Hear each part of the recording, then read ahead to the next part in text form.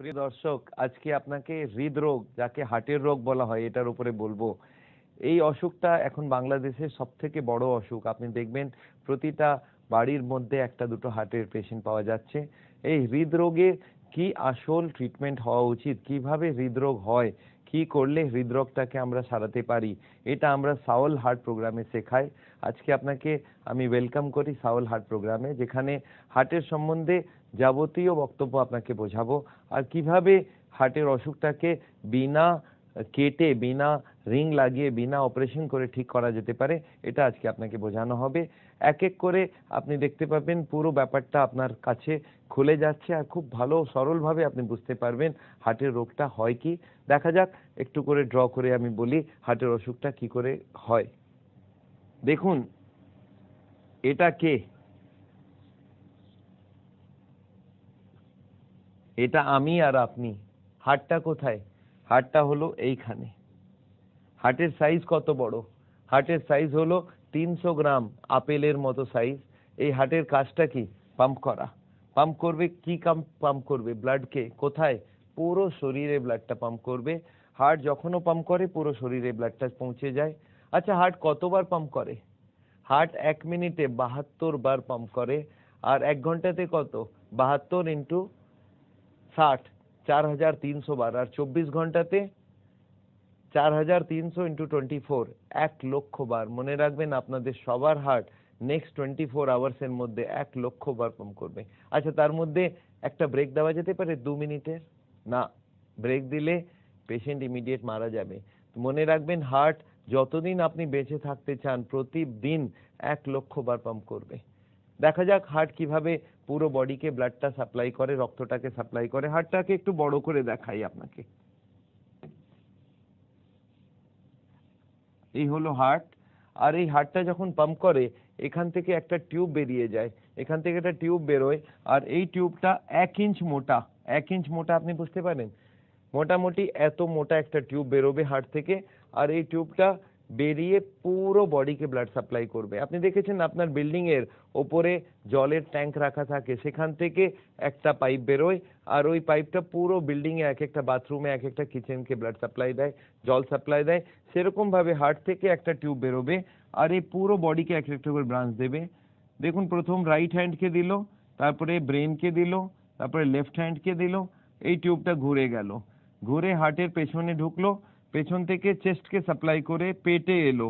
পেটে এটা আগে স্টমাককে সাপ্লাই করবে, তারপরে লিভারকে সাপ্লাই করবে, দুটো কিডনিকে সাপ্লাই করবে দুদিকে, তারপরে স্মল ইন্টেস্টিন, লার্জ ইন্টেস্টিন সবকে সাপ্লাই করবে, তারপরে দুটো পাকে সাপ্লাই করবে। মানে একবার হার্ট পাম্প করে দিল, পুরো বডিকে ব্লাড পৌঁছে গেল। এই হলো হার্টের কাজ। আর এই ব্লাড থেকে পুরো বডি অক্সিজেন পায়। আচ্ছা, হার্ট যখন পুরো বডিকে ব্লাড দেবে, নিজের জন্য অক্সিজেন দরকার কি দরকার না?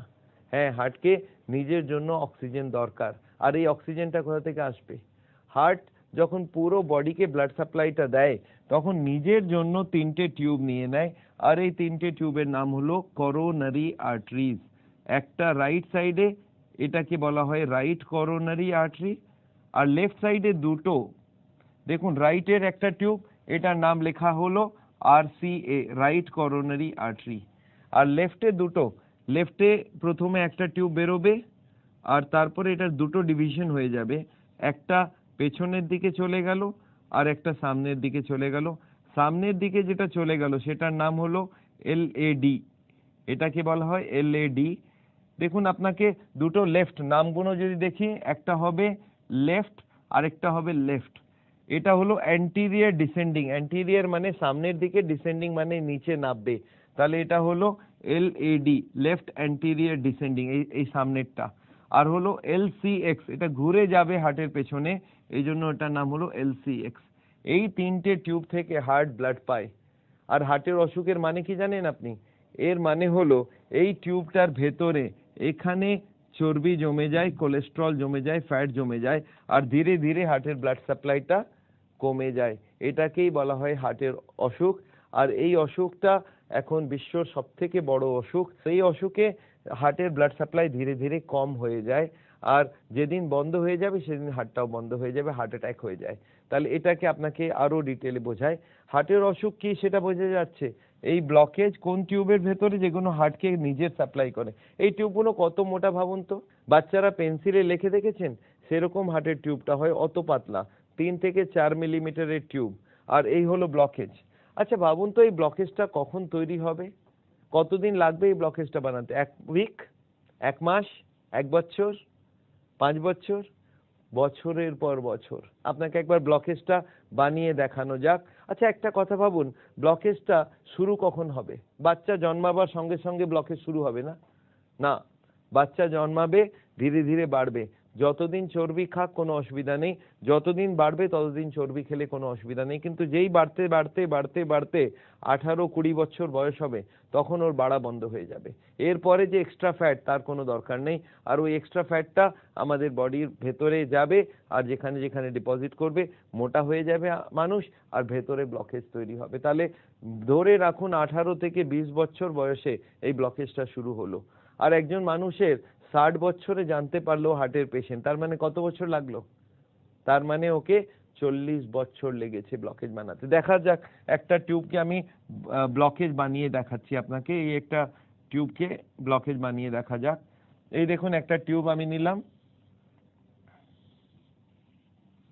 এই টিউবটাকে বড় করে দেখালাম, আর দেখুন ব্লকেজটা শুরু কোথা থেকে হবে। এই হলো ব্লকেজ, প্রথম শুরু হলো এখানে, ধরে নিন 20 বছর বয়স। এবার আরেকটু ব্লকেজ বাড়লো, এবার আরেকটু ব্লকেজ বাড়লো, আরো একটু ব্লকেজ বাড়লো। এখন কতটা গেল? এখন গেল 50% বন্ধ হয়ে গিয়েছে, কিন্তু এই পেশেন্টের কোনো কষ্ট নেই। কেন কষ্ট নেই? কারণ কি 50 এখনো ওর বাকি আছে, 50 এখনো ওর বাকি আছে। কেন বাকি? বাকি 50টার কি হবে? এই 50টা ওর ব্লাড সাপ্লাই প্রচুর দিয়ে থাকবে। আপনার মনে রাখবার উচিত কি আমাদের হার্টের দরকার কেবল 10%, 20% আর 30%, 3 রকম দরকার। কেন ভাবুন তো? আমাদের হার্টের দরকার 10% যখন মানুষ বসে থাকবে, শুয়ে থাকবে, যখন হাঁটতে শুরু করবে তখন 20%, আর যখন দৌড়াবে তখন 30%। যদি 50 ব্লকেজ আছে তাহলে 50 খোলা আছে, পেশেন্ট দিব্যি দৌড়াতে পারবে, ওর কোনো কষ্ট হবে না। যেদিন পেশেন্ট 70 কে ব্লকেজ ক্রস করে যাবে, যেদিন পেশেন্ট 70-এর উপরে ব্লকেজ করে যাবে, সেদিন কষ্ট শুরু হয়ে গেল। কেন? আমাদের হার্টের দরকার 10, 20 আর 30। যেদিন 70-এর উপরে যাবে সেদিন পেশেন্ট এসে বলবে, স্যার আমি যদি দৌড়াতে থাকি তাহলে আমার বুকে ব্যথা হয়ে যাবে, আমি যদি হাঁটতে যাই যদি বুকে ব্যথা হয় তাহলে 80-এর উপরে ব্লকেজ, আর যদি বাথরুম যেতে যেতে ব্যথা হয়ে যায় তার মানে 90-এর উপরে ব্লকেজ। আপনি মনে রাখবেন হার্টের পেশেন্ট 70 পর্যন্ত বুঝতেই পারবে না, দৌড়াতে পারবে। আচ্ছা যেদিন একটা পেশেন্ট আমাকে এসে বলল, স্যার আমি যখন দৌড়াতে যাই আমার বুকে ব্যথা হয়, বুকে চাপ পড়ে, শ্বাসকষ্ট হয়, গলায় চোকিং মনে হয়, তখন আমি আমি জানতে পারি ওর পেশেন্টের 70-এর উপরে ব্লকেজ আছে। আর যেদিন বলে হাঁটতে গিয়ে সেম কথা, সেম কষ্ট, এই কষ্টটাকে আমাদের ভাষায় বলা হয় অ্যানজাইনা। আর এই কষ্টটা এলেই আমরা বুঝতে পারি 80-র উপরে ব্লকেজ হয়ে গিয়েছে। আচ্ছা একটা কথা ভাবুন, আমার কাছে পেশেন্ট পৌঁছবে কবে? 70-এর আগে না 80-র পরে? পেশেন্ট আমাকে 80-র পরে এসে বলবে, স্যার আমার অ্যানজাইনা হচ্ছে, আমার কষ্ট হচ্ছে। এই জিনিসটা আপনাকে মনে রাখতে হবে। এই হলো হার্টের অসুখ। আচ্ছা ধরে নিন 20 ব্লকেজ শুরু হয়েছে, আর এটা 60 বছরে ও জানতে পারলো হার্টের পেশেন্ট, তাহলে কত বছর লাগলো? 20 বছর, 20 থেকে শুরু করে 60 পর্যন্ত এটা ব্লকেজ হয়েছে, তার মানে 40 বছর লাগলো এই ব্লকেজটা বানাবার জন্য। আর এই 40 বছরে 80% ব্লকেজ, তার মানে 2% পার ইয়ার এই ব্লকেজটা বাড়বে। এই হলো হার্টের অসুখ। আচ্ছা একটা কথা ভাবুন, এই হার্টের অসুখ কতক্ষণে আপনি বুঝতে পারলেন? তার মানে হার্টের অসুখের মানে হলো কি হার্টের নিজের ব্লাড সাপ্লাইয়ের ভেতরে ব্লকেজ হয়ে যাচ্ছে, ধীরে ধীরে হার্টের ব্লাড সাপ্লাইটা কম হয়ে যাচ্ছে, এটা হলো হার্টের অসুখ। এখন এইটাকে বুঝতে কতক্ষণ লাগলো? 5 মিনিট লাগলো আপনার। কিন্তু যদি কোনো হার্টের হাসপাতালে হার্টের ডাক্তারকে গিয়ে কেউ পেশেন্ট বলে, স্যার আমি হাঁটতে গেলে বুকে ব্যথা, ওনারা এত ডিটেইলে ভালো করে বুঝিয়ে দেবেন না, না, ওনারা বলবেন আপনাকে করোনারি আর্টারি ডিজিজ হয়েছে। আচ্ছা করোনারি আর্টারি ডিজিজ বলে দিলে পেশেন্ট বুঝতে পারবে না? পেশেন্ট কিছুই বুঝতে পারবে না। আচ্ছা করণীয় কি? পেশেন্ট কি করতে পারে? ও স্মাইল করে বলতে পারে, স্যার আপনার কি মনে হয় পেশেন্ট নর্মাল লোকেরা করিয়ে নেবে? এটা কেউ করাবে না। আমি ভাবছিলাম আল্লাহ এরকম কোনো টেস্ট হোক যেখানে আমাদের তার ঢোকাতে হয় না, বিনা তার ঢুকিয়ে যদি ব্লকেজ ধরা পড়তে পারে। আর লাকিলি ফর ইউ একটা টেস্ট এসে গেছে, এটার নাম হলো সিটি অ্যাঞ্জিওগ্রাফি। এই টেস্টটা লাস্ট 5-6 বছরে ওয়ার্ল্ড ভরে খুব পপুলার হচ্ছে, যেখানে কিচ্ছু করতে হবে না। আপনি যান, একটা টেবিলের উপরে শুয়ে যান, টেবিলটা ভেতরে যাবে মেশিনের ওপর ভেতরে। আপনি শুনেছেন কখনো ব্রেনের সিটি স্ক্যান করায়? সেভাবে হার্টের সিটি স্ক্যান করা হয়। সেখানে আপনাকে শুইয়ে দিয়ে একটা ইনজেকশন দেওয়া হবে, একটা এক্সরে নেওয়া হবে, আর উইদিন 2 মিনিটস আপনি জানতে পারবেন আপনার ব্লকেজ কত আছে। আর এই পরীক্ষাটা কোনো কাটা ছেঁড়া বিনা পরীক্ষা, আর এর কস্টটাও খুব কম। এটা যদি আপনি দেখেন নর্মাল অ্যাঞ্জিওগ্রাফি থেকে অনেক অল্প দামে এই টেস্টটা করা যেতে পারে। তাহলে এই টেস্টটা আপনি নিশ্চয়ই করিয়ে নিতে পারেন। আমি কেউ আমার কাছে আসে, স্যার আমি আমার ব্লকেজ জানতে চাই, আমি বললাম আপনি নর্মাল অ্যাঞ্জিওগ্রাফি না করিয়ে আপনি সিটি অ্যাঞ্জিওগ্রাফি করান। আর এই সিটি অ্যাঞ্জিওগ্রাফিটার একটা প্রবলেম হয়ে গিয়েছে, কি বলুন তো? এর দাম কম, লোকে করাতে চায়, লোকে চায় এইরকম টেস্ট হোক, কিন্তু প্রবলেমটা কোথায়? প্রবলেম হলো আমাদের কার্ডিওলজিস্টরা যারা তার ঢুকিয়ে অ্যাঞ্জিওগ্রাফি করে তাদেরকে এই টেস্টটা পছন্দ হয় না। তাদেরকে গিয়ে জিজ্ঞাসা করবেন স্যার ওই বিনা তারের টেস্টটা কেমন, বলে ভালো না। আপনি বললেন স্যার ভালো না কেন? ওরা অ্যাডমিট করবে না, ওরা তার ঢোকাবে না, কোনো রিস্ক নেই, কমপ্লিকেশন নেই, তাহলে ভালো না আর কি মানে হলো? তখন ওরা বলেন ওটা অ্যাকিউরেট নেই। কিন্তু আপনি যদি ওনাদেরকে জিজ্ঞাসা করেন স্যার তাহলে ওই তার দিয়ে যে অ্যাঞ্জিওগ্রাফি করবেন সেটা অ্যাকিউরেট তো? হ্যাঁ ওটা খুব অ্যাকিউরেট। কিন্তু আপনাকে একটা কথা বলি, যে তার দিয়ে অ্যাঞ্জিওগ্রাফি করে দেখবেন ওটাতেও ব্লকেজ 70, 80, 90 লেখা থাকে। আচ্ছা 70, 80, 90 রাউন্ড রাউন্ড নাই কি? যদি ব্লকেজ অ্যাকিউরেটলি দেখতো তাহলে ওরা লিখতো 71.5, 73.9। যদি ব্লকেজ 70, 80, 90 থাকে তার মানে এটা কি? তার মানে ওই ব্লকেজটা আন্দাজে বলা হচ্ছে। আচ্ছা 70, 80-র মধ্যে কত বছরের ফরক? 5 বছর। 2% করে যদি ডেভেলপ করে 5 বছর, মানে 5 বছর আগে করে দিলে 5 বছর পরে করে দিলে পেশেন্ট বুঝতে পারবে না। তাহলে আপনি বুঝতে পারছেন অ্যাঞ্জিওগ্রাফিটাও অ্যাকিউরেট নয়, কিন্তু কার্ডিওলজিস্টরা এখনো তার ঢুকিয়ে অ্যাঞ্জিওগ্রাফি করতে চায়। এটা আমার মনে হয় আমাদের সাওলের মনে হয় এই টেস্টটা ঠিক না। বিনা কাটা ছিঁড়া করে যদি হার্টের অসুখ ঠিক হতে পারে বা হার্টের অসুখ বোঝা যেতে পারে, এটাই সব থেকে ভালো। তাহলে এনিওয়ে আমরা এখন দুটো জিনিস বুঝলাম। একটা বোঝা গেল কি হার্টের অসুখটা কি, এই ব্লকেজটা কি করে কি হয়, আর সেকেন্ড আমরা বুঝতে পারলাম কি টেস্ট করালে এই ব্লকেজটা ধরা যেতে পারে। এখন থার্ড চ্যাপ্টারে যাই, এই ব্লকেজে সব থেকে খারাপ কি হতে পারে? ব্লকেজের অসুখ আছে, হার্টের অসুখ আছে, সব থেকে খারাপ কি হতে পারে? সব থেকে খারাপ হতে পারে হার্ট অ্যাটাক। এটাকে বলা হয় কার্ডিয়াক অ্যারেস্ট।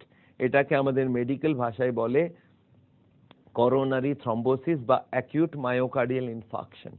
এনিওয়ে ওই টার্মে যাবেন না, ভেবে রাখুন এটা হার্ট অ্যাটাক। হার্ট অ্যাটাক মানেটা কি একটু ভেবে দেখুন তো। হার্ট অ্যাটাকের লোকের পেশেন্টের কষ্ট কি হয়? কষ্ট হয় বুকে ব্যথা, প্রচুর বেশি ব্যথা, আর তার সঙ্গে শ্বাসকষ্ট, চোকিং। আর এটা হাঁটলে হবে না, এটা বসে বসে কষ্টটা হবে। আপনি ভেবে রাখুন বসে বসে যদি কারো বুকে ব্যথা হয়, বসে বসে শ্বাসকষ্ট হচ্ছে আর ঘাম হয়ে যাচ্ছে, তাহলে ভেবে রাখুন এটা হার্ট অ্যাটাক। কেন? क्योंकि বসে বসে ওর দরকার কেবল 10% ব্লাড সাপ্লাই, সেটাও নেই। তার মানে কি ব্লকেজ মোটামুটি 100%। হার্ট অ্যাটাকের মানেই হলো ব্লকেজ 100%। এই 100% ব্লকেজটা হতে আপনি জানেন খুব কম সময় দরকার হয়। হার্ট অ্যাটাক একটা পেশেন্ট কালকে ঘুরে পেটে বেড়াচ্ছে আর আজকে ওর হার্ট অ্যাটাক হয়ে গেল, 1 মিনিট লাগে হার্ট অ্যাটাক হতে। তাহলে আপনাকে নিশ্চয়ই আমার কাছে জিজ্ঞাসা করতে হবে স্যার এই হার্ট অ্যাটাকটা যেখানে 100 ব্লকেজ দরকার সেটা কি করে সাডেনলি হয়ে যায়? তাহলে আপনাকে আবার বোঝাই হার্ট অ্যাটাকটা কি করে হয় আর 2 মিনিটে কি করে হবে। যদি কারো 80 ব্লকেজ থাকে, ওকে 100 যদি করতে হয় তাহলে তো 10 বছর লাগা উচিত 2% করে বাড়াতে থাকলে, কিন্তু দেখা গেল 2 মিনিটের পরে হার্ট অ্যাটাক হয়ে গেছে। তাহলে কি করে হার্ট অ্যাটাকটা হয় একটু বুঝে নি। দেখুন হার্টের যে ব্লকেজটা আছে এর উপরে একটা পর্দা থাকে, এই যে পর্দাটা এটাকে বলা হয় ইন্টিমাল মেমব্রেন। আর যদি ব্লকেজ বাড়তে থাকে তাহলে পর্দাটার কি হবে বুঝতে পারছেন? পর্দাটা ধীরে ধীরে টান পড়বে, আর পর্দাটা টান পড়তে পড়তে একদিন পর্দাটা ছিঁড়ে যাবে। আর ছিঁড়ে যাওয়ার সঙ্গে সঙ্গে কি হবে জানেন তো? এখানে এখানে কি যায়? এখানে যাচ্ছে ব্লাড, এখানে যাচ্ছে রক্ত, এই রক্তটার মধ্যে যেই ছিঁড়ে গেল এখান থেকে কিছু কেমিক্যাল রিলিজ হয় আর রক্তর সঙ্গে মিক্স হয়ে রক্তটা জমাট বেঁধে যায়, আর রক্ত জমাট বেঁধে গেলে এটাকে বলা হয় ক্লট। আর এখানে একটা যদি ক্লট এসে গেল, এখন কত ব্লকেজ হয়ে গেল ভাবুন আপনি, এটা হয়ে গেল 100% ব্লকেজ। এটাকে বলা হয় হার্ট অ্যাটাক। এই হার্ট অ্যাটাকটা হলে কতক্ষণ লাগলো বুঝতে পারছেন? এই ক্লটিং হতে যতক্ষণ টাইম লাগে। আচ্ছা, ক্লটটা হলো কেন? কেমিক্যাল রিলিজ হলো। কেমিক্যাল কেন রিলিজ হলো? পর্দা ছিঁড়ে গিয়েছে। পর্দা কেন ছিঁড়লো? ব্লকেজ বাড়ছিল। মানে হার্টের পেশেন্ট যদি ব্লকেজকে বাড়াতেই থাকে, এক না একদিন পর্দাটা ছিঁড়বে, হার্ট অ্যাটাক হবে। তাহলে আপনি ভেবে দেখুন কি করা উচিত যাতে হার্ট অ্যাটাক না হয়। একজন আমাকে জিজ্ঞাসা করলো, স্যার কি করা উচিত? আমি আপনাকে জিজ্ঞাসা করছি, আপনি বলুন আমাকে। বললো কি? আমি বললাম একটা নোটের তোড়া আছে, তাতে রাবার ব্যান্ড লাগানো আছে, আমি নোট ঢুকিয়ে যাচ্ছি, তাহলে রাবার ব্যান্ডটার কি হবে? বলে ছিঁড়ে যাবে। আমি বললাম এখন আমাকে বলুন কি করলে রাবার ব্যান্ড না ছেড়ে? বলে স্যার তাহলে এখন কি আপনি নোট ঢুকিয়ে যাচ্ছেন? মানে ঢুকিয়ে যাচ্ছি, রাবার ব্যান্ড ছিঁড়তে পারে। বলে স্যার এখনো ছেড়েনি। আমি বললাম না এখনো ছেড়েনি। তাহলে স্যার এখন নোট ঢোকানো বন্ধ করে দিন। তার মানে কি? ব্লকেজ যদি বাড়ানো বন্ধ করে দেন তাহলে পর্দাটা ছিঁড়বে না, হার্ট অ্যাটাক হবে না। আর ওই পেশেন্ট আরেকটা কথা বলে, স্যার আরো ভালো হয় যদি কিছু নোট বার করে নিন, যদি কিছু এখান থেকে চর্বি বার করে নেওয়া হয় তাহলে রাবার ব্যান্ডটা ঢিলে হয়ে যাবে আর কখনো হার্ট অ্যাটাক হবে না। তাহলে আপনি বুঝতে পারছেন হার্ট অ্যাটাকটাকে রোকবার জন্য সব থেকে ভালো উপায় কি? কি ব্লকেজ বাড়ানো বন্ধ করো আর ব্লকেজটাকে কম করা শুরু করে দিন, তাহলে হার্ট অ্যাটাক কখনো হবে না। এটাকে আমরা বলি প্রিভেনশন অফ হার্ট ডিজিজ। যদি ব্লকেজকে বন্ধ করে দিলেন বাড়ানো, আর রিভার্সাল মানে ব্লকেজটাকে কম করা যেতে পারে। তার মানে হার্টের পেশেন্ট যদি ব্লকেজকে বাড়ায় না আর কম করতে থাকে, রিভার্স করতে থাকে, তাহলে ওর হার্ট অ্যাটাকের চান্স একদম শেষ হয়ে যাবে। আর এটাই আমি হার্টের পেশেন্ট, আমাদের দর্শকদের যাদের হার্টের পেশেন্ট আছেন তাদেরকে বলবার জন্য আমি এই ক্লাসটা করছি, কিভাবে পেশেন্ট হার্টের অ্যাটাকে চলে যায় আর কি করলে হার্ট অ্যাটাকটা কখনো হবে না। এনিওয়ে, তাহলে আপনি এখন তিনটে জিনিস বুঝতে পারলেন। হার্টের অসুখ কি, হার্টের অসুখের কি কি টেস্ট করা যেতে পারে, আর হার্ট অ্যাটাক ব্যাপারটা কি, হার্ট অ্যাটাকটা কি করে হয়, আর কি করে হার্ট অ্যাটাকটাকে রোকা যেতে পারে। এখন আসা যাক ফোর্থ চ্যাপ্টারে। স্যার কি করা উচিত যাতে ব্লকেজ না বাড়ে আর ব্লকেজ রিভার্স হয়? এর জন্য আমার মনে আছে একবার আমি জিজ্ঞাসা করলাম একজন মানুষকে, খুবই বুদ্ধিমান লোক, ওকে আমি জিজ্ঞাসা করলাম স্যার কি করা উচিত যাতে ব্লকেজ বেড়ে না যায়, ব্লকেজ কমে যায়? উনি আমাকে একটা সিম্পল কোশ্চেন জিজ্ঞাসা করলেন, স্যার এই যে কালো কালো আপনি ড্র করেছেন যেটা ব্লকেজ, এই ব্লকেজটা কি মেটেরিয়াল দিয়ে তৈরি? আমি বললাম তাহলে কি করবেন? বলে এই মেটেরিয়ালের সাপ্লাই বডিতে বন্ধ করে দেব। আপনি বুঝতে পারছেন কত সিম্পল জিনিস। এই যে ব্লকেজ যেটা আছে কি দিয়ে তৈরি হয় এই ব্লকেজটা, আর যদি আমরা এটা জানতে পারি এই ব্লকেজটা কি দিয়ে তৈরি আছে, ওই দুটোর সাপ্লাই যদি বন্ধ করে দিই তাহলে ব্লকেজ কখনো হবে না আর ব্লকেজ বাড়বে না। তাহলে এই কি জিনিস জমে সেটা আপনাকে বোঝাতে চাই। দুটো জিনিস জমে, একটার নাম হলো কোলেস্টেরল আর একটা নাম হলো ট্রাইগ্লিসারাইডস। আপনি শুনে থাকবেন দুটো নাম। কোলেস্টেরলটা তো খুবই কমন নাম, প্রতিটা মানুষ শুনেছে কোলেস্টেরল জমে যায় হার্টের ভেতরে। তাহলে এই দুটো জিনিসের নাম এখন মনে রাখতে হবে, একটার নাম হলো কোলেস্টেরল আর একটার নাম হলো ট্রাইগ্লিসারাইডস। ট্রাইগ্লিসারাইডস এই দুটো আইটেম যদি আপনার রক্তর ভেতরে বেশি থাকে তাহলে ওটা ব্লকেজ তৈরি করবে। তাহলে হার্টের পেশেন্টের প্রথম কি করা উচিত? এই দুটোকে বোঝা উচিত। আপনার রান্নাঘরের মধ্যে এই দুটো জিনিস যদি থাকে আর এটা যদি আপনি খান তাহলে ব্লকেজ বাড়তে থাকবে, আর ব্লকেজ যদি বাড়ে একদিন হার্ট অ্যাটাক হবে। তাহলে এখন এই দুটোকে বোঝা যাক, কোলেস্টেরল কি আছে, ট্রাইগ্লিসারাইড কি আছে। তাহলে শুরু করি। এখন এই ট্রাইগ্লিসারাইড ব্যাপারটা কি? ট্রাইগ্লিসারাইড আপনাদের সবার রান্নার ঘরের মধ্যে থাকবে, আর এটার বাড়ির নাম, এটা যেটা বাসার নাম, সেটার নাম হলো তেল। কোন তেল? যত রকম তেল আছে, চাहे সয়াবিন তেল হোক, চাहे মাস্টার্ড অয়েল হোক, চাहे কার্নোলা অয়েল হোক, চাहे সূর্যমুখী তেল হোক, চাहे জাইতুং তেল হোক, বা তিলের তেল হোক, বা গ্রাউন্ডনাট চিনে বাদামের তেল হোক, যে কোনো তেল, আর আজকাল রাইস ব্রান অয়েল, এই যত রকম তেল বাজারে আছে সবগুলোর একটাই নাম, সেটা হলো ট্রাইগ্লিসারাইডস। এই ট্রাইগ্লিসারাইড, এই তেলটাকে কোথাও জমতে দেখেছেন আপনি? কোথায় দেখেছেন ভাবুন? আপনি কিচেনের ভেতরে ঢুকে যান, রান্নাঘরে, যেখানে গ্যাসের চুলাটা রাখা আছে, পুরো দিন খাবার তৈরি হবার পরে ওই চুলাটার পাশের দেওয়ালে হাত লাগাবেন, দেখবেন হাতে চিপচিপ করছে। এটা আবার চিপচিপ কি করছে? এটা তেল জমে গিয়েছে ওখানে। আর আপনি দেখবেন মহিলারা সাবানের জল করে সন্ধ্যেবেলা ওই দেওয়ালটাকে পরিষ্কার রাখেন। একজন ভদ্রমহিলাকে আমি বললাম আপনি 1 মাস পর্যন্ত সাফ করবেন না, দেখা গেল লেয়ার বাই লেয়ার তেল জমে যাচ্ছে। আর এই লেয়ার বাই লেয়ার তেল আপনি এক্সস্ট ফ্যানে পাবেন, আপনি চিমনির ভেতরে পাবেন। আর এই সেম তেলটা হার্টের ভেতরে যদি জমে যায়, আপনি বুঝতে পারছেন কি হবে? তাহলে ওনার ভেতরে এই ব্লকেজ জমে যাবে। তাহলে হার্টের পেশেন্টদেরকে আমি কি বোঝাবো? হার্টের পেশেন্টের স্ত্রীকে কি বোঝাতে হবে? কি কোনো খাবারে তেল দেবেন না, কোনো তেল দেবেন না। মনে রাখবেন প্রতিটা তেলের মধ্যে খুব একটা বড় ডিফারেন্স নেই। আপনি দেখেছেন জলের বোতল পাওয়া যায়, একটাতে লেখা থাকে মাম, একটাতে লেখা থাকে স্পা, একটাতে আরো কিছু বিসলেরি। আপনি মনে রাখবেন ওর ভেতরে একই জিনিস আছে, সেটা হলো H2O, কিন্তু নামগুলো ডিফারেন্ট, কোম্পানি ওয়াইজ নামের ডিফারেন্স আছে। মনে রাখবেন প্রতিটা তেলের মধ্যে জিনিস একই, সেটা হলো ট্রাইগ্লিসারাইডস। আর এই ট্রাইগ্লিসারাইডটা যদি রক্তের ভেতরে থাকে, খাবার ভেতরে থাকে, ব্লকেজ বাড়বে। তাহলে আমি কি চাই হার্টের পেশেন্ট থেকে? কি বিনা তেলের রান্না শুরু করে দিন। এখন বিনা তেলের রান্না বলতেই লোকে ঘাবড়িয়ে যায়, স্যার তেল ছাড়া কি করে হবে? আচ্ছা একটা কথা বলুন, তেল কেন কেন তেল দেওয়া হয় খাবারে? লোকে বলে টেস্ট। আমি বললাম তাহলে একটা কাজ করুন, একটা চামচ তেল নিন আর মুখে দিয়ে বলুন কত টেস্ট আছে। সঙ্গে সঙ্গে বলে ওর তো কোনো টেস্ট নেই। এখন টেস্টই নেই, তাহলে তেল দিচ্ছেন কেন রে বাবা? স্যার সেটা তো বুঝতে পারছেন না। না তেলের টেস্ট হয় মশলাতে ভাজবার পরে। আমি বললাম না, মশলার টেস্ট আছে, তেলের টেস্ট নেই। আপনাকে আমি সবজি দিচ্ছি আর তেল দিচ্ছি, আপনি সবজি বানিয়ে দেখান তো। পারবেন না। যদি আপনি তেল দিয়ে সবজিটাকে বানান তাহলে কি করতে হয়? মশলাটাকে তেল দিয়ে ফ্রাই করা হয়, মশলাটাকে ভাজা হয়। আর আমি ভাবতে লাগলাম কোনো এমন কিছু থাকে যেটা হার্টের অসুবিধা করবে না, কিন্তু মশলাটাকে ভাজতে ইউজ করা যেতে পারে, এমন কি লিকুইড হতে পারে? ভাবতে পারেন?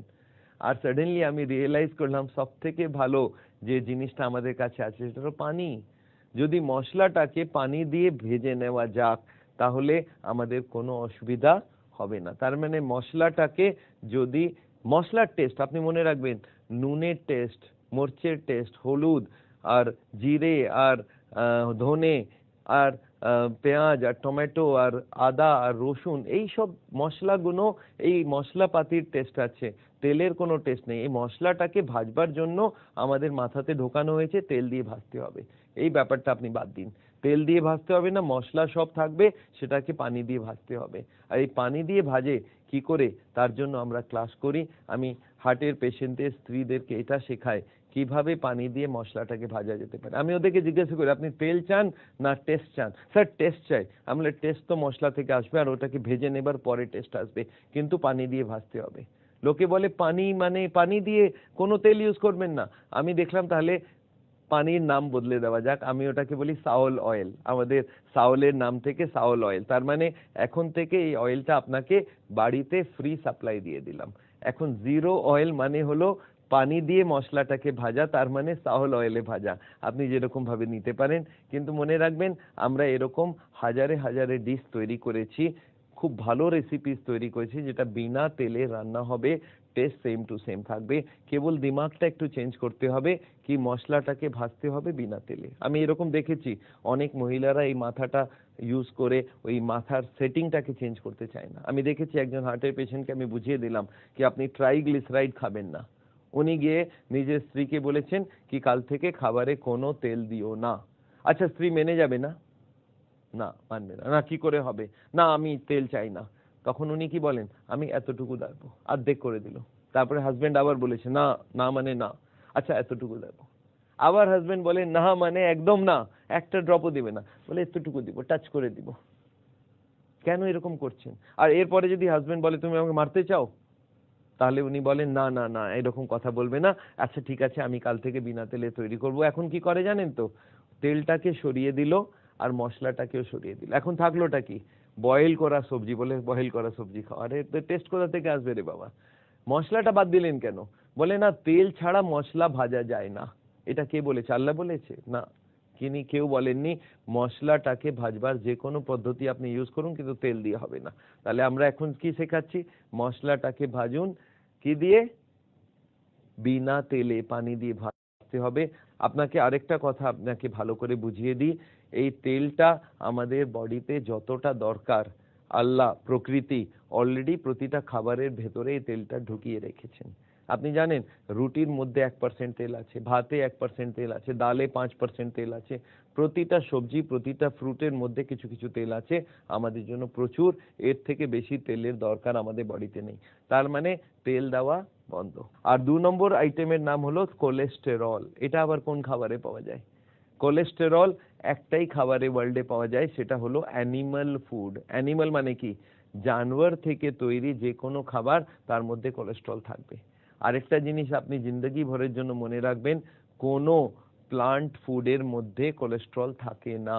প্লান্ট ফুড মানে কি, যত রকম সবজি, যত রকম ফল, যত রকম শস্য, আনাজ যেমন রুটি ভাত, এগুলোতে কোনোটাতে কোলেস্টেরল নাই। কেন কোলেস্টেরল নাই? ওটা প্লান্ট থেকে তৈরি।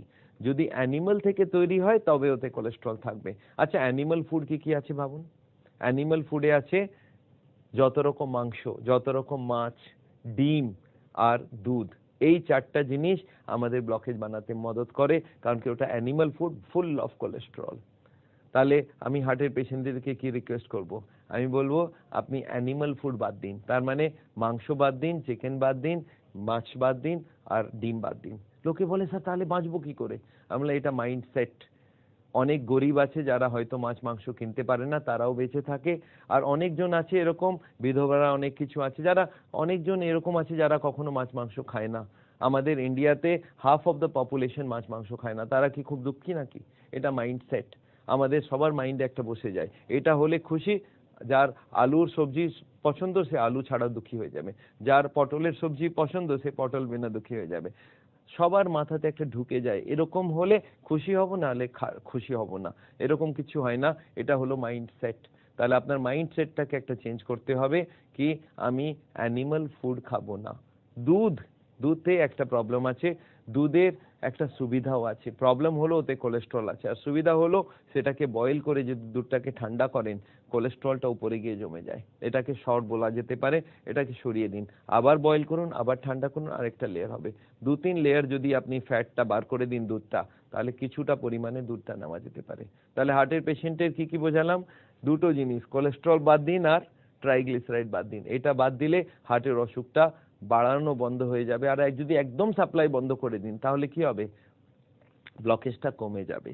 এখন আরেকটা জিনিস বোঝা যাক, এই দুটো হলো, আমি বলি এটা হলো দুটো সবথেকে বড় ক্রিমিনাল, সবথেকে বড় মার্ডারার। লাখ লাখ লোককে প্রতি বছর এখানে মারে। এই দুটো ক্রিমিনাল আমাদের কিচেনে ঢুকে গিয়েছে। আর কার হেল্প নিচ্ছে? আমাদের স্ত্রীদের হেল্প নিচ্ছেন, আমাদের মাদের হেল্প নিচ্ছেন, বোনদের হেল্প নিচ্ছেন। কি আপনারা এই দুটো ক্রিমিনালকে ইউজ করে পেশেন্টকে মারার চেষ্টা করুন? আমি মনে হয় এটা করা উচিত নয়। আমরা চাই এই দুটো কোলেস্ট্রল ট্রাইগ্লিসারাইডকে আমরা খাবার থেকে বাদ দিতে চাই, আর তাতে মাইন্ডসেটটা চেঞ্জ করতে হবে। আর কোনো ফরক নেই। টেস্ট এত খাবার আমরা তৈরি করেছি বিনা তেলের, যাতে স্বাদ অনেক ভালো হয়। আমাদের ক্যাম্প হয়, কুকিং ক্লাস হয়, সেখানে আমরা শেখাই কিভাবে তেল ছাড়া খাবার তৈরি করা যেতে পারে। এখন আবার ভাবা যাক, এই দুটো লোক আছে গুন্ডা, এদের আবার টিম আছে নাকি না? হ্যাঁ, এদের একটা টিম আছে। এই টিমগুলোর নাম হলো HDL, LDL, VLDL আর একটা হলো কোলেস্ট্রল HDL রেশিও। এই 6টা আইটেমকে আমরা বলি লিপিড প্রোফাইল। এই 6টাকে বলা হয় লিপিড প্রোফাইল। দেখবেন ডাক্তাররা লিখে দেন লিপিড প্রোফাইল করিয়ে আনবে। তার মানে কি, এই রক্তর ভেতরে কোন গুন্ডা কতটা আছে সেটা জানা উচিত। আপনাকে একটা কথা বলে দিই, কোলেস্ট্রলটা আমাদের রক্তের ভেতরে 130 থেকে 180 পর্যন্ত থাকা উচিত। আর আমি কি চাইবো হার্টের পেশেন্ট থেকে? আমি চাইবো সে 129 এনে রাখুক। আর ট্রাইগ্লিসারাইডটা আমাদের রক্তের ভেতরে 100 থেকে 160 থাকার কথা। আমি কি চাইবো? আমি চাইবো 99 এনে রাখুন। যদি এই দুটো আপনি আনতে পারেন তাহলে হার্টের অসুখ হওয়ার চান্স খুব কম, হার্ট অ্যাটাক হওয়ার কোনো চান্স থাকবে না। এই দুটো খুব ভালোভাবে মনে রাখবেন, কোলেস্ট্রল 130 থেকে কম আর ট্রাইগ্লিসারাইড 100 থেকে কম। এই দুটো আনবার জন্য বিনা তেলের রান্না খেতে হবে, আর তার সঙ্গে কোলেস্ট্রলের জন্য যত রকম অ্যানিমাল ফুড বাদ দিতে হবে, প্লান্ট ফুড থেকে বাঁচতে হবে, তাহলে আমাদের কাজ হয়ে যাবে। এর সঙ্গে আরো একটা জিনিস মনে রাখতে হবে, একটা গুড কোলেস্ট্রল আছে এর মধ্যে। গুড কোলেস্ট্রল হলো এইচডিএল কোলেস্ট্রল। এটা বাজারে পাওয়া যায় না। এটা আবার কোলেস্ট্রলকে মদত না করে কোলেস্ট্রলকে কম করার চেষ্টা করে। এই এইচডিএলটাকে আপনি বাড়াতে চাইলে আপনাকে হাঁটতে হবে, প্রতিদিন হাঁটবেন তাহলে এইচডিএল বাড়বে। আর যদি আপনি খাবারে গ্রিন ভেজিটেবল খাবেন, টেনশনটা কম করবেন, তাহলে এইচডিএল বাড়বে। তাহলে এইচডিএল কে বাড়াতে হবে, বাকিগুলোকে কম করতে হবে। আর এই এলডিএলটাকে ব্যাড কোলেস্ট্রল বলা হয়। এটা 70-এর উপরে থাকা খুবই ডেঞ্জারাস। 70 থেকে কম রাখবেন, তাহলে হার্টের অসুখ হবে না। এনিওয়ে, এই যে ব্লকেজের কারণগুলো আপনাকে বোঝালাম, এই 6টা লিপিড প্রোফাইল যেগুলোকে বলা হয়, এদেরকে হেল্প করার জন্য আরো 6 জন আছে যারা বলে আপনারা ব্লকেজ বাড়ান, আমরা সঙ্গ দেব। আর এরকম 6 জনের নাম আপনাকে বোঝাতে চাই। এরা ব্লকেজ বানাতে প্রচুর মদত করে, আর তাদের নাম হলো high blood pressure, high sugar, এটাকে ডায়াবেটিস বলে, এই ডায়াবেটিস আর হার্টের ব্লাড প্রেশার, এই দুটো আমাদের ব্লকেজ বানাতে প্রচুর পরিমাণে হেল্প করে।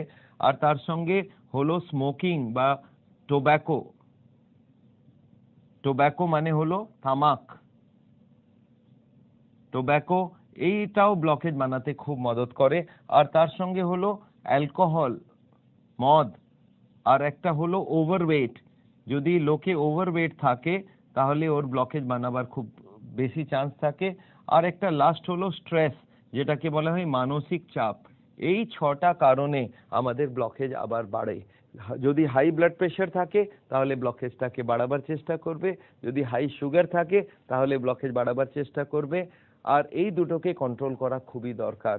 তাহলে আমি চাই হার্টের পেশেন্টের জানা উচিত ওর ব্লাড প্রেশার কখনো 120-র উপরে যাবে না, আর তার যে নিচের প্রেশারটা 80-র উপরে যাতে না যায়। আর এর জন্য কি করতে হবে? এর জন্য হার্টের জন্য যা যা করতে হয় সেগুলোই করতে হবে। একটা এক্সট্রা কাজ করতে হবে, সেটা লবণটা একটু কম খাবে। টেনশন কম করতে হবে, তার জন্য ওয়াকিং করতে হবে, তার জন্য ওজন কমাতে হবে, তার জন্য ফ্যাট কমাতে হবে। আর এগুলো করলে ব্লাড প্রেশার কমে যায়। আর তারপরে যদি কন্ট্রোল না হয় ওষুধ খাক, আমার কোনো অসুবিধা নেই, কিন্তু 120 আর 80 ব্লাড প্রেশার রাখতে হবে যদি আপনি ব্লকেজকে রুখতে চান, হার্ট অ্যাটাক থেকে বাঁচতে চান। ব্লাড প্রেশারের সঙ্গে ব্লাড সুগারটাকে কম রাখতে হবে। আজকাল সুগারের রোগী প্রচুর বেড়ে যাচ্ছে, হার্টের অসুখকে এটা খুব বাড়িয়ে দেয়। সুগারের জন্য কত রাখতে হবে? সুগার 5.5 রাখতে হবে ফাস্টিং, আর 7.7 রাখতে হবে পিপি, খাবারের পরেরটা। এই দুটো যদি আপনি রাখেন তাহলে হার্টের অসুখটাকে রোকা যেতে পারে। কিন্তু যদি সুগার আপনার কন্ট্রোল না থাকে তাহলে ভেবে নিন আপনি ফাঁসতে যাচ্ছেন, ব্লকেজ বাড়বে, একদিন হার্ট অ্যাটাক হবে। তার সঙ্গে স্মোকিং বা জর্দা বা গুটকা, এই যত রকম দোক্তার, এই যত রকম তামাক, সেগুলো বন্ধ করতে হবে। আর তামাক বন্ধ করার জন্য আমি একটাই অ্যাডভাইস দিই লোককে, কি 1 মিনিটে বন্ধ করুন। যদি আপনি ভাবেন ধীরে ধীরে বন্ধ করব, এটা কখনো সম্ভব না, একসঙ্গে বন্ধ করতে হবে। একই দিনে ভাববেন হ্যাঁ আজ থেকে ছেড়ে দিলেন, এইটাই হলো বেস্ট ওয়ে। আর তার সঙ্গে অ্যালকোহল বন্ধ করুন। আর যদি ওভারওয়েট আছে সেই ওজনটাকে কম করাতে হবে। যারা বেশি ভাত বা রুটি খায় তাদের ওজন বেশি বেড়ে যায়, আর এগুলো বন্ধ করতে হবে। যতটা কম করবেন তত ওজনটা কম হতে থাকবে। আর তার সঙ্গে যেটা দরকার হলো টেনশন মানে মানসিক চাপটাকে কন্ট্রোল করতে হবে। মানসিক চাপ আজকাল খুব ইম্পর্টেন্ট হয়ে গিয়েছে, সেই মানসিক চাপটাকে কম করতে হবে। আপনি মনে রাখবেন মানসিক চাপ আজকাল হার্টের অসুখের সব থেকে বড় কারণ হয়ে গিয়েছে। কারণ কি, মানসিক চাপ থাকলে ব্লাড প্রেশার বেড়ে যাবে, মানসিক চাপ থাকলে ডায়াবেটিস বাড়বে, মানসিক চাপে স্মোকিং বাড়বে, মানসিক চাপে অ্যালকোহল বাড়বে, খাবারের কন্ট্রোল থাকবে না, ওজন বাড়বে। আর মানসিক চাপ থেকে কোলেস্ট্রল, ট্রাইগ্লিসারাইডও কন্ট্রোল হয়, এইচডিএল কমে যায়। তাহলে আজকের দিনে দেখা যাচ্ছে মানসিক চাপটা হার্টের অসুখের খুব বেশি বড় কারণ হয়ে যাচ্ছে। আর এই মানসিক চাপটাকে কম করা খুবই দরকার। যদি মানসিক চাপ করার জন্য আমরা শেখাই যোগা, তার সঙ্গে আমরা শেখাই মেডিটেশন, আর মানসিক চাপটাকে বোঝাতে হবে, তার জন্য আমরা মানসিক চাপের উপরে বই লিখেছি, আমরা তার জন্য ক্লাস করি। মানসিক চাপটা পুরোভাবে কন্ট্রোল করা যায় না, কিন্তু 50% যদি এনে দিন তাহলে আমাদের অনেক ফায়দা হয়ে যাবে। তাহলে মানসিক চাপটাকে কম করতে হবে। এই 12টা কারণ আমাদের এখন হার্টের অসুখের। এরপরে আর 3টে আছে, সেগুলো হার্টকে ব্লকেজটাকে বানাতে রুকে দেয়। এই 3টের কি নাম? একটা নাম হলো এক্সারসাইজ, আর তার মধ্যে সবথেকে ভালো হলো ওয়াকিং। এক্সারসাইজ করতে হবে আর তার সঙ্গে ফাইবার খেতে হবে। যদি ফাইবার খাবেন তাহলে হার্টের অসুখ হবে না। ফাইবার মানে কি? রেশা। এটা কোথায় পাওয়া যায়? ফাইবার পাওয়া যায় ফলে আর সবজিতে। আর তার সঙ্গে হলো অ্যান্টি অক্সিডেন্ট বাড়াতে হবে আপনাকে। অ্যান্টি অক্সিডেন্ট মানে কি? 3টে ভিটামিন থাকে, ভিটামিন এ আর ভিটামিন সি আর ভিটামিন ই। এই 3টে ভিটামিন যদি আপনি খাবারে বেশি করে খাবেন তাহলে ব্লকেজ হবে না। তাহলে মনে রাখবেন, আমাদের এক্সারসাইজে আমি চাই 35 মিনিট সবাই হাঁটুক। আর যদি 35 মিনিট হার্টের পেশেন্টরা প্রতিদিন হাঁটে, কিছুটা যোগা করে, তার সঙ্গে বেশি করে ফল আর সবজি খায়, তাহলে অ্যান্টিঅক্সিডেন্টও পাবে, ফাইবারও পাবে। তাহলে হার্টের অসুখটাকে আমরা রুখতে পারবো। আর তার সঙ্গে যদি ব্লাড সাপ্লাই পুরোটার বন্ধ করে দিন, কোলেস্ট্রল, ট্রাইগ্লিসারাইড, তাহলে আমাদের সাপ্লাই পুরো বন্ধ বাইরে থেকে। এখন ব্লকেজ আর বাড়বে না। বডির যত কোলেস্ট্রল ফ্যাটের দরকার সেটা ভেতর থেকে টানবে, আর তাহলে ব্লকেজটা ধীরে ধীরে কম হবে। আর কম হওয়াটাকে আমরা বলি রিভার্স। আজকাল মেডিকেল সায়েন্স অলরেডি প্রুফ করে দিয়েছে কি ব্লকেজকে রিভার্স করা যেতে পারে। মার্কিন যুক্তরাষ্ট্রতে ডক্টর ডিন অর্নিস বলে খুব ফেমাস ডাক্তার আছেন, ওনার কাছে আমি ট্রেনিং নিয়েছি। উনি ওয়ার্ল্ডকে দেখিয়ে দিলেন কি ব্লকেজকে রিভার্স করা যেতে পারে। সাইন্টিফিক্যালি প্রুফ করে দিয়েছেন উইথ অল দ্য এনজিওগ্রাফিক ডিটেলস কি ব্লকেজ রিভার্স হতে পারে। তাহলে আমরা এখন কি চাই হার্টের পেশেন্টকে পাশ থেকে? এই নলেজগুলো আপনি জানুন, আর কিভাবে এই নলেজটাকে আপনি যদি ইউজ করেন তাহলে ব্লকেজ হবে না, ব্লকেজটাকে রিভার্স করা যেতে পারে। আপনার কি মনে হয় এই ব্যাপারগুলো হার্টের পেশেন্টের বোঝা উচিত কিনা? কারা বলবে? আমাদের কার্ডিওলজিস্টরা বলবেন? আমি দেখি তাদের কাছে টাইম নেই আর তারা চায়ও না। কিন্তু তারা চায় কি আপনার কাছ থেকে? হার্টের পেশেন্ট থেকে তারা কি চায়? তারা চায় দুটো জিনিস, একটার নাম হলো বাইপাস সার্জারি আর একটার নাম হলো রিং পরানো, যেটাকে বলা হয় অ্যাঞ্জিওপ্লাস্টি। এই দুটো কি সেটা একটা বুঝে নি। ওরা বলছে আপনারা ব্লকেজ বাড়ান, আমাদের কোনো অবজেকশন নেই, কিন্তু আমাদের কাছে এলে আমরা অপারেশন করব। তার মানে হার্টের অসুখের যে আসল ট্রিটমেন্ট সেটা ওরা করতেই চাইছে না। তারা যাচ্ছে ট্রিটমেন্ট এরকম হোক যাতে ওনাদের অপারেশন বেশি হোক, আর এই অপারেশনটা এত বেশি দামি কি ওনাদের অনেক প্রফিট হতে পারে। এই জন্য হার্টের পেশেন্টদেরকে ওনারা অপারেশনের দিকে নিয়ে যেতে চান, যেখানে ওর আসল কারণটা সরানো যেতে পারে আর এটাতে পেশেন্ট বেঁচে যাবে, সেটা ওরা করতে চায় না। ওরা চায় অপারেশন করানো। এই অপারেশন কি সেটা একটু বোঝাতে চাই। এই বাইপাস সার্জারি মানেটা কি যদি সিম্পল ভাবে বোঝাই, এটা একটা ব্লকেজ আছে, একটা টিউব আছে, এখানে এটা ব্লকেজ আছে। বাইপাস সার্জন কাছে যদি চলে যান, ওরা বলে না আপনার এই বাইপাস সার্জারি করতে হবে, একটা পা থেকে বা হাত থেকে টিউব কাটবো আর ওই টিউবটাকে এখানে আমি বসিয়ে দেব অপারেশন করে। এটা হলো বাইপাস সার্জারি। তার মানে এটা কি হলো? তার মানে এখন ব্লাড এখান থেকে না হয়ে এদিক হয়ে যাবে। এটা হলো এটা খুব ছোট সার্জারি না, কি মনে হয়? খুব বড় সার্জারি। পুরো চেস্টকে মধ্যখান থেকে কাটতে হবে। কি দিয়ে কাটবে? করাত দিয়ে। আপনি কখনো দেখেছেন একটা গোল করাত থাকে? আপনি কখনো বাড়িতে টাইলস চেঞ্জ করিয়েছেন? কখনো এই মার্বেল বগেরে লাগিয়েছেন? দেখবেন ওখানে একটা করাত থাকে গোল, ওখানে এটা লাগিয়ে করে কাটা হলো।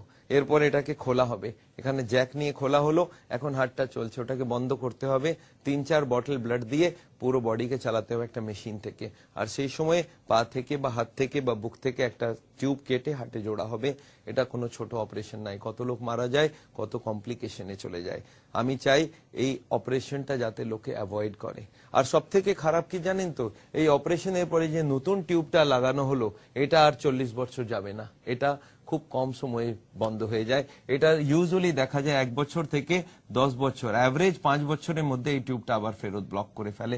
তার মানে কার্ডিওলজিস্ট বলছেন কোনো অসুবিধা নেই, এখন আপনি আরেকটা অপারেশন করান, আবার আরেকবার প্রফিট আসবে। তার মানে কি আপনি ব্লকেজ বাড়িয়ে যান আর আমরা অপারেশন করে যাব, এটা কোনো ভালো কথা নাই। আমি চাই হার্টের পেশেন্ট অপারেশন করাবে না। আরেকটা হলো অ্যাঞ্জিওপ্লাস্টি। সেটা আবার কি সেটাও একটু বুঝিয়ে দিই। এই যে রিং পরানোর ব্যাপারটা কি, এই একটা ব্লকেজ আছে ধরে নিন, এই টিউবে এই ব্লকেজ আছে, এই ব্লকেজটার মধ্যেখানে একটা ওরা অ্যাঞ্জিওগ্রাফির সময় একটা তার ঢোকান, ওই তারটাকে ওখানে রেখে ওরা বাইরে আসেন কি দেখুন আপনি যদি 2 লক্ষ 3 লক্ষ টাকা আরো দেবেন আমি একটা রিং পরিয়ে দেবো। ওটার মানে এটা কি, এই ব্লকেজটার ভেতর থেকে তারটাকে বার করা হবে, পেছন থেকে ধাক্কা দিয়ে বার করা। এখানে একটা বেলুন রাখা থাকে, বেলুন মানে আপনি বুঝতে পারবেন, এখানে একটা বেলুন রাখা থাকে, আর এই ব্লকেজটাকে যদি এই বেলুনের ভেতরে যদি জল ঢুকিয়ে দেন তাহলে কি হবে, ব্লকেজটা এখান থেকে বেরিয়ে এই সাইডে চলে যাবে। এখন বেলুনটাকে জলটা বার করে তারটাকে বার করে নিল, আর এটা হলো বেলুনিং। কিন্তু এই বেলুনিং করার পরে আপনি বুঝতে পারছেন যে বেলুনটা বেরিয়ে যাবে, আবার ব্লকেজটা ফেরত আসবে। তখন ওনারা কি করেন, এই ব্লকেজ ভেতরে একটা রিং বসিয়ে দেন। এখানে এটা স্প্রিং, একটা রিং আপনি দেখবেন ডট পেনের উপরে ভেতরে এরকম একটা রিং থাকে, এই রিংটাকে এখানে সেট করে দেওয়া হয়, আর এই রিংটা এখন ব্লকেজটাকে ফেরত আসতে দেবে না। এই যে রিংটার দাম কত হতে পারে আপনি ভাবতে পারেন? একটা ডট পেন 2 টাকা 5 টাকাতে পাওয়া যায়, এই রিং এর দাম কত হবে?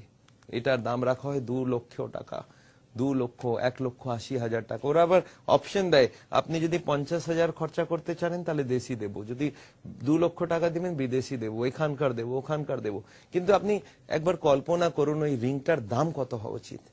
একটা পেন যদি 3-4 টাকাতে পাওয়া যায়, স্টেনলেস স্টিল থেকে তৈরি, এই একটা রিং এর দাম 1.5 লক্ষ টাকা রাখা হয়। প্রবলেমটা আরো একটা বড়, যেই রিংটা দেখানো হলো আর রিং এর ভেতরে আবার ব্লকেজ শুরু হয়ে যায়। যদি আপনি কোলেস্ট্রল কন্ট্রোল না করেন, ট্রাইগ্লিসারাইড কন্ট্রোল না করেন, 6 মাস 1 বছরের মধ্যে এই রিংটা বন্ধ হয়ে যাবে।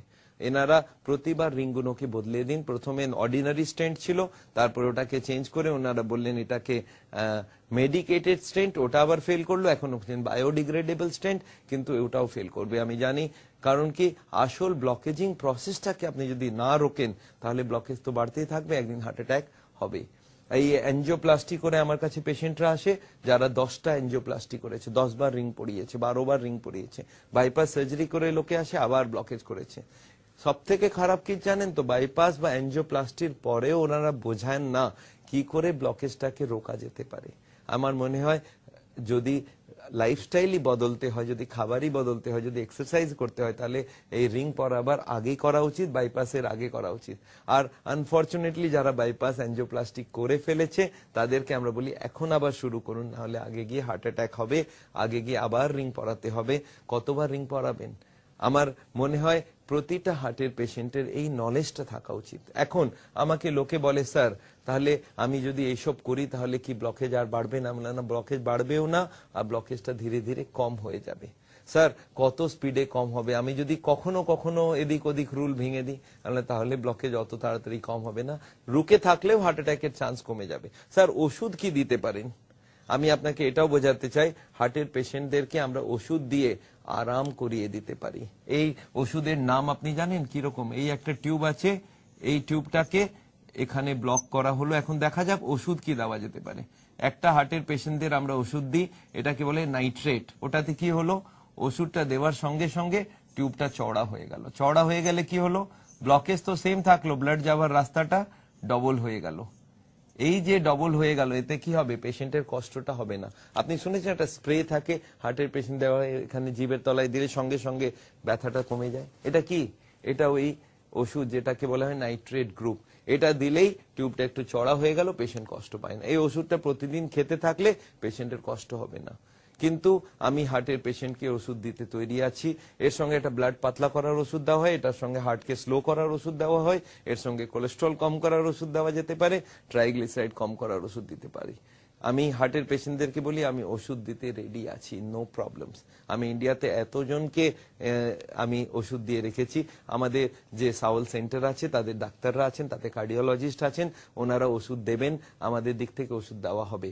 কিন্তু ওষুধের সঙ্গে সঙ্গে আমরা চাই তারা পেশেন্টরা নিজের লাইফস্টাইলটাকে বদলে দিক। আর লাইফস্টাইল যদি বদলে দেয় তাহলে অপারেশন করার কোনো দরকার নেই, আর আমাদের ট্রিটমেন্টে এমনিতেই ঠিক হয়ে যাবে পেশেন্ট, আর ওর হার্ট অ্যাটাক হবার চান্স একদম শেষ। তাহলে ওষুধ, বাইপাস, এনজিওপ্লাস্টি, এই 3টে ট্রিটমেন্ট নিয়ে আজকাল মেডিকেল সিস্টেম চলছে। মেনলি হাসপাতাল চালায় বাইপাস, এনজিওপ্লাস্টি। আমি চাই ওষুধ নিন, তার সঙ্গে লাইফস্টাইল বদলান, আর হার্টের অসুখটা হবে না। হার্টের অসুখটাকে কম করা যেতে পারে। যদি আপনি হার্টের অসুখটাকে কম করে দিন তাহলে কোনো কষ্ট হবে না। কখনো কখনো আমাকে পেশেন্ট বলে, স্যার আমি শুনেছি একটা ব্লকেজ হয় যেটা হার্ট অ্যাটাক করলে মাইনর হার্ট অ্যাটাক হয়, একটাতে মেজর হার্ট অ্যাটাক হয়, একটাতে ম্যাসিভ হার্ট অ্যাটাক হয়। তিনটের মধ্যে ডিফারেন্স কি আছে এটাও আমি আপনাকে বোঝাতে চাই। ধরে নিন এই একটা টিউব আছে, ব্লকেজ যদি এখানে হয় আর হার্ট অ্যাটাকটা হয়ে যায়, তাহলে এটাকে বলবো মাইনর হার্ট অ্যাটাক, কারণ কি এতটা এরিয়া মারা পড়বে। আর যদি ব্লকেজ এখানে হয় উপরের দিকে, তাহলে এটাকে মেজর হার্ট অ্যাটাক বলবো। আর যদি ব্লকেজ এখানে হয় তাহলে ম্যাসিভ হার্ট অ্যাটাক, পেশেন্ট মারা যাবে, হাসপাতালও পৌঁছবে না। তো যে পেশেন্ট আমার কাছে আসে এই ছোট ছোট ব্লকেজ নিয়ে, তাকে তো আমি বলি লাইফস্টাইল আর ওষুধ নিয়ে চালান আর আপনার ব্লকেজটাকে রিভার্স করান। কিন্তু যারা একদম উপরের দিকে ব্লকেজ নিয়ে আসে, যাদের সিরিয়াস ব্লকেজ, যাতে মারা যাবার চান্স আছে, তাদেরকে আমরা বলি আপনারা আরো দুটো ট্রিটমেন্ট করাতে পারেন। একটার নাম হলো ন্যাচুরাল বাইপাস, এটাকে আমরা বলি ইসিপি ট্রিটমেন্ট। আজকাল লেটেস্ট টেকনোলজি এসে গিয়েছে আমেরিকা থেকে। এই ইসিজি ট্রিটমেন্টে কি করা হয়, একটা মেশিন থেকে হার্টের ভেতরে নতুন টিউব খুলে দেওয়া যায়। নতুন টিউব একটু বুঝিয়ে বলি আপনাকে। এই আল্লাহ তাআলা যে আমাদের বডিটাকে বানিয়েছেন, এটা ওয়ার্ল্ডের বেস্ট মেশিন। আপনি জানেন আমাদের কাছে দুটো কিডনি আছে, একটা কিডনি চাহেন তো আপনি ডোনেট করে দিতে পারেন, তার মানে কি একটার সঙ্গে একটা ফ্রি। সেরকম হার্টটাও খুব ইম্পর্টেন্ট অর্গান, ওখানেও একটা ফ্রি টিউব রাখা হয়েছে। একটা তো অরিজিনাল যেটা আপনি ব্লক করে ফেলেছেন, আর একটা সেকেন্ড সেট অফ টিউব আছে, এটাকে বলা হয় ন্যাচুরাল বাইপাস, এটাকে কোল্যাটারাল বলি আমরা, এটাকে আমরা মেডিকেলি বলি ক্যাপিলারিজ। এই যে লাখ লাখ ক্যাপিলারি আমাদের হার্টে আলাদা করে দেওয়া আছে, এই টিউবগুলোকে আমরা স্পোর্টসম্যানস টিউব বলি। আমরা স্পোর্টসম্যান যখন দৌড়ায় দৌড়ায় দৌড়ায় তখন এই টিউবগুলো খুলে যায়।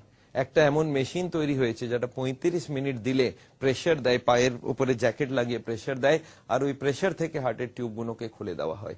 35 মিনিট বডিকে কাটতে হবে না, আর আপনার হার্টে প্রচুর নিউ টিউব তৈরি হয়ে যাবে। আর এগুলোকে বলা হয় কোল্যাটারাল সার্কুলেশন। এরকম ভাবে একটা টিউব তৈরি হবে, আর এটাকে বলা হয় ন্যাচুরাল বাইপাস। এর জন্য কাটাকুটি করতে হবে না, 35 দিন 1 ঘন্টা করে ট্রিটমেন্ট করানো যায়। আর এই মেশিনটা আমাদের এখানে এসকাটন গার্ডেনে আমাদের ক্লিনিকে এই মেশিন আনা হয়েছে বিদেশ থেকে। আর এই মেশিন থেকে ট্রিটমেন্ট করলে বিনা অপারেশনে বাইপাস হয়ে যায়। এই অপারেশনটা যারা সিরিয়াস পেশেন্ট তাদেরকে আমরা বলি অপারেশন না করে আপনি ন্যাচুরাল বাইপাস করান। আরেকটা ট্রিটমেন্ট আজকাল খুব কমন হয়ে যাচ্ছে ওয়ার্ল্ড ভরে, এটা পেশেন্টের জন্য খুব ফায়দামন্দ। এটাতে কি করা হয়, কিছু ওষুধ দিয়ে ব্লকেজটাকে গলানো যেতে পারে, আর এই ওষুধটাকে বলা হয় বায়োকেমিক্যাল ক্লিনিং ট্রিটমেন্ট। তার মানে কি, কিছু বায়োকেমিক্যাল কিছু ওষুধ এমন দেওয়া হয় যেটা হার্টের ফায়দা করে দেয়, ব্লকেজটাকে কম করে দেয়। এই ওষুধটা যদি ড্রিপ লাগিয়ে দেওয়া হয় তাহলে এই ব্লকেজটাকে 5-10% উইথড্র করে দেয়। আর যদি 5-10% ব্লকেজ কমে গেল, এই ট্রিটমেন্টের নাম হলো ন্যাচুরাল বাইপাস আর বায়োকেমিক্যাল অ্যাঞ্জিওপ্লাস্টি। তার মানে সাওলে যদি কোনো সিরিয়াস পেশেন্ট থাকে তাদেরকে আরো দুটো ট্রিটমেন্ট করা যেতে পারে, একটা ন্যাচুরাল বাইপাস, একটা বায়োকেমিক্যাল অ্যাঞ্জিওপ্লাস্টি বা বায়োকেমিক্যাল ক্লিনিং। আমি হার্টের পেশেন্টদেরকে বোঝাই আপনি পুরো ব্যাপারটা বুঝুন, খাবার দাবার চেঞ্জ করুন, ওয়াকিং করুন, এক্সারসাইজ করুন, যোগা করুন, আর তার সঙ্গে আপনি যদি চান অপারেশনের দিকে যেতে তাহলে অপারেশন যাবেন না, আপনি ন্যাচুরাল বাইপাস করান, বায়োকেমিক্যাল ক্লিনিং করান, তাতে আপনার অসুখটাও সেরে যাবে আর আগে অপারেশনের কোনো দরকার পড়বে না। একটা কথা আপনাকে আরো একটু বলতে আমি চাই, সেটা হলো এই যে অপারেশনের জন্য মানুষ তৈরি হয়ে যাবে কি হবে না, এরা ইউজুয়ালি পেশেন্ট কেউ চায় না রিং পরাতে, তারা চায় না বাইপাস করাতে, কিন্তু কার্ডিওলজিস্টরা একটা ভয় দেখান তাদেরকে। তারা কি বলেন, আপনি কালকেই মারা যাবেন, আপনি কালকে বাঁচবেন না, you are carrying an atom bomb, you are carrying a time bomb, এরকম একটা কথা বলা হয়। যখন অ্যাঞ্জিওগ্রাফি হয় তার আগে পেশেন্ট বলে আমি হাঁটতে গেলে বুকে ব্যথা হয়, তার মানে কি ব্লকেজ তো আছেই, আছে। অ্যাঞ্জিওগ্রাফি করার পরে কার্ডিওলজিস্ট বলেন আপনি কি করে বেঁচে আছেন আমি বুঝতে পারছি না, তার মানে আপনি মরে যাবেন। আচ্ছা মরে কেন যাব, হার্ট অ্যাটাক হলে মারা যাবে, কিন্তু হার্ট অ্যাটাক কবে হবে, না 2 মিনিট বাকি আছে, আপনি বাড়ি যাবেন তার আগে রাস্তাতে মারা যাবেন, এরকম একটা ভয় দেখানো হয়। আর এই ভয়টা জন্য লোকে বাইপাস করায়, অ্যাঞ্জিওপ্লাস্টি করায়। আজকাল ধীরে ধীরে এই যে কার্ডিওলজিস্টের মুখোশটা খুলে যাচ্ছে, লোকে জানে কি যেই অ্যাঞ্জিওগ্রাফি হবে ওরা বলবেন আপনি মারা যাবেন, এক্ষুনি অপারেশন করতে হবে। যদি পেশেন্ট কখনো না মানে তাহলে পেশেন্টের রিলেটিভদেরকে, তাদের যে পরিবারের লোক তাদেরকে ভয় দেখানো হয়, দেখো ও বাড়ি পৌঁছবে না, ভেরি ক্রিটিক্যাল, আপনি বলুন অপারেশন করতে হবেই হবে, এখন 2 মিনিট বাকি আছে, আপনি রিং পরাতেই হবে। আর এই ভয়ের জন্য ওর পেশেন্টরা অপারেশন করে দেয়। আচ্ছা, পেশেন্ট বোঝে না এই হার্টের অসুখটা কি, তারা জানে না হার্ট অ্যাটাক কি করে হবে, কখন হবে, কি করলে হার্ট অ্যাটাক হবে না। কার্ডিওলজিস্ট এই ব্যাপারটা কিছুতেই বুঝতে দিতে চায় না।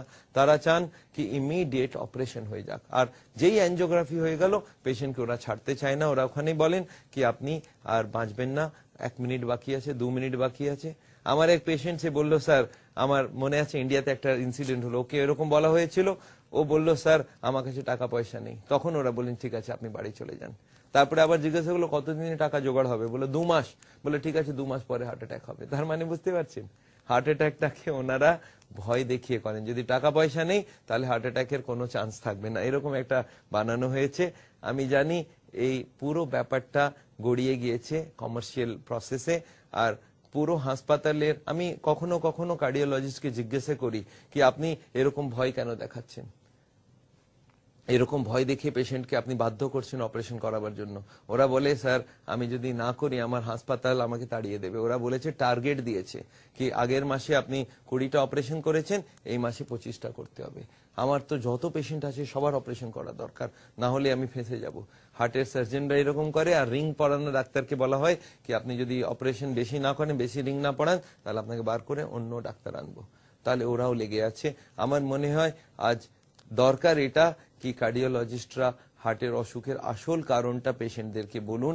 আর পেশেন্টরা যদি এই ব্যাপারটা পুরো ভালোভাবে জানতে পারে তাহলে ওরা নিশ্চয়ই চেষ্টা করবে কি বিনা তেলে রান্না খাবে, তারা নিশ্চয়ই অ্যানিমাল ফুড বাদ দেবে, তারা নিশ্চয়ই দুধটাকে স্তর তুলে খাবে, তারা নিশ্চয়ই ফল ফুল খাবে, এক্সারসাইজ করবে, যোগা করবে, ওয়াকিং করবে। আর এগুলো যদি করে তাহলে হার্টের অসুখ হবেও না, আর যাদের হয়ে গেছে তাদের রিভার্স করা যেতে পারে। আমার মনে হয় আপনি পুরো ব্যাপারটাকে বুঝতে পেরেছেন, আর হার্টের অসুখে কি করা উচিত পুরো ব্যাপারটা আপনার কাছে পুরো ক্লিয়ার হয়ে গিয়েছে। আমি চাই আপনারা সুস্থ থাকুন, আপনারা এভাবে চলুন যাতে সাওলের জীবনযাপন করুন, আপনারা এভাবে চলুন যাতে ব্লকেজটাকে বাড়তে না দিন, ব্লকেজটাকে রিভার্স করুন। আর এই জিনিসটা যদি আপনি ফলো করেন কখনো হার্ট অ্যাটাক হবে না, রিং পরাতে হবে না, বাইপাস সার্জারি করতে হবে না।